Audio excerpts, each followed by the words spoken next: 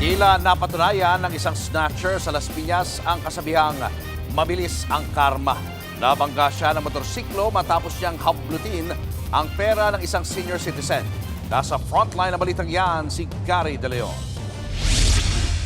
Sa CCTV footage na ito na nag-viral sa social media, makikitang naglalakad ang 60 anyos na si Nonoy Aruda sa barangay CAA sa Las Piñas City. Maya-maya, binuntutan siya ng lalaking may takip na pulang tuwalya sa ulo. Pagkalapit, bigla nitong hinablot ang hawak na pera ni Mang Nonoy. Pero tila mabilis ang karma.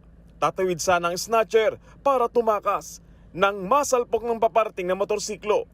Umikot sa area at humandusay ang snatcher, habang ang rider tumilapon din. Lumapit si Mang Nonoy sa snatcher para bawiin ang kanyang pera. Humabol din siya ng suntok at sipa sa snatcher. Kwento ni Mang Nonoy, hawak daw niya ang 1,000 piso na pambili ng pagkain nang mangyari ang pagnanakaw. Nakuha ko yung pera. Hindi ko makuha higpit eh. Talagang hilo.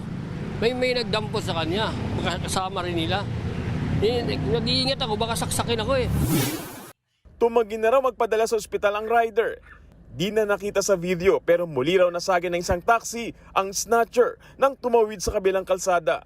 Agad daw nagpa-blatter si Mang Nonoy at ngayon hawak na ng mga pulis ang suspect. Na hospital daw, hindi na pinunta namin sa hospital ng pulis. Eh wala naman doon. Eh pala na dito yata sa bahay nila sa Rotines, dampot kagabi. Sinampahan na ng kasong robbery snatching ang suspect. Nagbabalita mula sa frontline, Gary De Leon, News 5. Mga kapatid, Julius Babaw po. Para sa komprehensibo at makabuluhang balitaan at talakayan, mag-follow at mag-subscribe na sa social media pages ng News 5.